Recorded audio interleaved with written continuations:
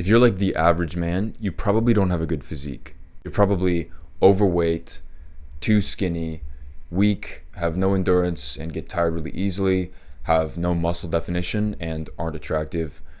And you probably hate yourself when you catch yourself in the mirror. You wish that you could feel more attractive, more confident, healthier, have better energy, and feel amazing. In this 4-part video, I'm going to teach you from being embarrassed to take your shirt off to having a lean, muscular, aesthetic physique that you're proud of, using the personal methods that I used on my own body. Step number 1 is understanding the golden ratio. So the golden ratio is an ancient ratio that's been studied for a really long time by a lot of old people, right? And it's been also studied by Leonardo da Vinci, the artist, right? The famous artist. Well, the golden ratio is 1.6 to 1. And why it matters is the golden ratio contributes directly to what the human eye perceives as attractive. So what we're going to do is we're going to employ a little hack and we're going to apply the golden ratio to our physique. This is supported by science, by the way. So how do we apply this 1.6 to 1 ratio to our physique? We want to apply them to the width of the shoulders and the width of the waist. So the width of the shoulders is going to be 1.6 times more than the width of the waist. We want what's called a V taper, which is this V shape from shoulder to waist to shoulder. This is the most attractive body type for a man. Muscles that contribute most to this are obviously wide shoulders, a broad chest, and a wide and strong back. And so that's what we're going to focus on in this video and in the exercise routine that we'll get around to later. In addition, we'll focus on arms and some abs to complete the look. So, you really look good and we can lock in that aesthetic physique. After the exercise routine, we're gonna put you on push-pull legs, which is by far probably the most widely used routine. It's very reliable. It balances upper body and lower body well. So I think you'll benefit a lot from it. So in this routine, it's important that we follow the Pareto principle, which I like to apply to all things in life. So the Pareto principle is a principle that says that 20% of the things, or a fifth of everything, contributes to 80% of the results, right? It's basically the principle of let's find the most effective things and focus on that and get rid of everything else, right? Or at least don't focus on everything else. Focus on the most effective things first. This is how you can kind of leverage and hack anything in life, is by applying the Pareto principle. And so the most important effective muscles in the case of the aesthetic physique are going to be the shoulders, number 1. The back is probably number 2, as well as the chest. The arms, not so much. So, the triceps are, try to do this in a way that doesn't mess up the audio quality. The triceps are the back of the arm, and they actually make up about 70% of the arm, so way more than the biceps, right? So that would be the 20% of the arm that is most effective. And stuff like legs and abs and biceps can sort of be put to the side, not ignored, obviously, but they're less important for this physique, except for legs, which I'll explain in a second. Another thing that we're going to focus on in this routine is compound movements. So compound movements, as opposed to isolation movements, are movements that recruit more muscles and recruit more of the body. Basically, compound movements minimize the control and the restriction that machines apply to correct your form. And they say, hey, you have to make sure your form's good, and all of the supporting muscles are going to get worked. And they're way more powerful than isolation exercises or, I'm drawing a blank, machines. I'm going to include the routine on screen so you can just screenshot the video, save it somewhere, and you'll always have it for reference, but I'll read it off as well right now. So day 1 is push day. And on push day, we're going to do military presses 4 times 10. That means 4 sets of 10 reps each. So you're going to do a count of 10, 1, 2, 3, 4, until you get to 10. You're going to rest for about a minute and a half, a minute to 2 minutes, and then you're going to repeat that, and that is the next set, right? So you're going to do military press 4 times 10, do lateral raises 3 times 10, and please look up all these exercises on Google. I can't teach you the form exactly right now, but look up YouTube videos on the form. Incline dumbbell press 4 times 10, weighted or assisted dips 4 times 10, or you could do no weight or assist. They normally have an assisted dips machine where you can load weight. If you can't do just straight bare dips, then you'll have to load a little bit of assisted weight, so it'll help push you up. But if you can do straight dips, do that. And if you can do weighted dips and you feel comfortable putting on the weighted belt with the chain that you like loop through the plate and stuff like that, do that, because that's fantastic for you. 2 is pull. We're going to go straight to pull-ups, 4 times 10 pull-ups.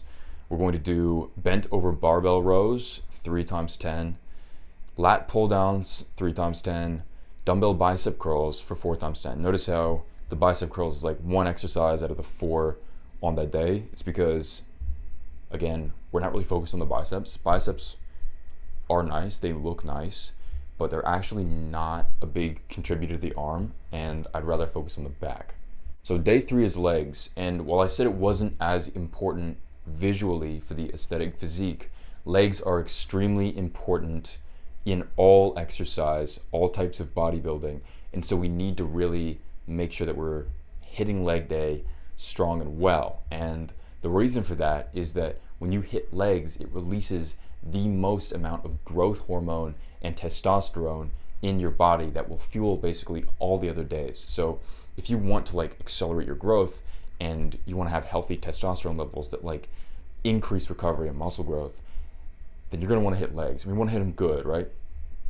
For leg day, we're going to start off with barbell squats 4 times 10. And with all of these, like, if you can't do the weight comfortably with good form, just lower the weight until you can do it with good form, because form is going to be the most important thing here. You really don't want to mess up form. You don't want to, like, for your barbell squats, you don't want to not go down far enough, stuff like that, right? Just do whatever weight you can until you can barely do them, but ensure form is good. After barbell squats, we're going to do leg extensions 3 times 10. You're going to move on to leg curls for hamstrings 3 times 10. We're going to finish off with calf raises 3 times 10. And then day 4 is a rest day, and then you repeat. We're doing higher reps compared to other routines because higher reps will generally lead to more growth. The 8 to 12 rep range is ideal for hypertrophy, which is muscle growth. And so that's what we want for you in order to sort of make the aesthetic physique happen faster, right? Which I'm sure you want. So let's move on to diet, point 3. So step 1 is finding your maintenance, and I'm going to include a TDEE calculator, which is total daily energy expenditure calculator, in the description. I want you to click on that right now. I don't want you to watch anymore. I want you to click it and go to a new tab and punch in your information. It's very simple. It's like, it'll take you 2 seconds, and find your maintenance and write that down somewhere, because that's very important. So if you're actually serious about this and you want to take action, please just go do that right now and then come back to the video. Eat 300 calories more than your maintenance or 300 calories less than your maintenance based on whether you want to gain or lose weight. I'm also going to have you switch to something called the caveman diet, which isn't a specific diet, but it's sort of like a general loose set of rules on what to eat. It's basically eat only single ingredient foods that sort of just come from nature, right? Like straight from nature without any processing, without any like additives, not even like mixed together like in a meal. What you're going to do is you're going to eat salmon, like just salmon fillets, rice that you cook, potatoes, right? These kind of single ingredient foods. It would be ideal if you cook them yourself, but if you have to get them, pre-cooked, I completely understand. But basically stay away from stuff like hamburgers and fast food and all of this other stuff. Try and stick to like this diet of like spinach, like vegetables, nuts, healthy fats like avocados, some dairy, and healthy proteins like chicken, salmon, and some red meat and eggs as well. Without all like that processed crap, you're gonna also feel like way better and like you have more energy. So that's something to look forward to as well. If this is hard for you to do, which I understand, maybe you have a life, you've got a job, you've got, stuff to take care of, then consider like trying to make it easier for yourself by meal prepping, or just basically make it like really easy for you to follow it. And it's not important that you always follow this. Let's just try and aim for like 80% of the time. In general, you want to be eating 1 gram of protein per pound of body weight, which means if you weigh 160 pounds, then you're going to aim for 160 grams of protein daily. Carbohydrates like potatoes, oats, grains, breads, rice should make up about 50% of your total daily intake of calories, and fats should be about 30%. For good fats, it's like avocados, nuts, olive oil, stuff like that. If you really want to get like surgical about it, you should download MyFitnessPal. It's an app for your phone, and you can punch in your goals and it'll tell you exactly how many calories you should eat, and make sure to check the macros and try and satisfy those macro needs every single day. But if you don't want to do that, if that's like too complicated, honestly, the caveman diet should work. Protein powder is also a huge help. It's not necessary if you eat according to the caveman diet, you eat tons of protein, but it can definitely help. So consider buying yourself some. And lastly, let's talk about testosterone. Testosterone is a critical hormone for muscle growth, fat loss, energy levels, and recovery. So basically, you need healthy test levels if you're going to be a lifter. There's a reason that TRT increases muscle gain by like a ton in anyone who takes it. Bodybuilders aim for about 600 to 1200 nanograms per deciliter, but for our purposes, we don't have to get that exact. All we need to do is sort of optimize certain actions, certain habits of your life, and testosterone should naturally fall into place. First off, you're going to want to optimize nutrition. Eat lean proteins like chicken and fish, healthy fats like avocados and nuts, and complex carbs like oats and sweet potatoes. You can supplement with zinc and vitamin D if needed, but I mean, obviously be careful because all of our bodies are different. Like I do that, but for you, it might be unhealthy if you do that. So you might want to try some stuff out or ask a doctor or something like that. You're going to want to incorporate some eggs and some red meat in moderation, because the cholesterol in eggs and red meat is going to basically like supercharge your test. Cholesterol is what testosterone is synthesized from, in case you didn't know. Magnesium can increase something called free testosterone, which has to do with how much testosterone actually gets used. So you might want to look into supplementing with that. Or you can just intake it through leafy greens, nuts and seeds, whole grains, beans and lentils, or dark chocolate. If you need to supplement with it though, take magnesium glycinate or citrate. And about 400 or 420 milligrams daily is the recommended intake for men, although less is fine. More is fine too. Basically just adjust to your needs. You might want to test stuff out, run like an experiment on yourself, And of course, limit alcohol intake if you want your testosterone to survive, because a ton of alcohol is going to kill your testosterone and undo all of this work that we're talking about today. Again, for testosterone, we're going to focus on compound lifts. As we talked about, lifts that are more free motion, not machines or isolation exercises. And lastly, just make sure you're sleeping good. Sleep is extremely important for testosterone because that's when testosterone is created in the body. And so if you have poor sleep, testosterone doesn't get made. You want to aim for 7 or 8 hours a night, which I know is very generic advice, but it's easy to think that you're getting that without actually getting that.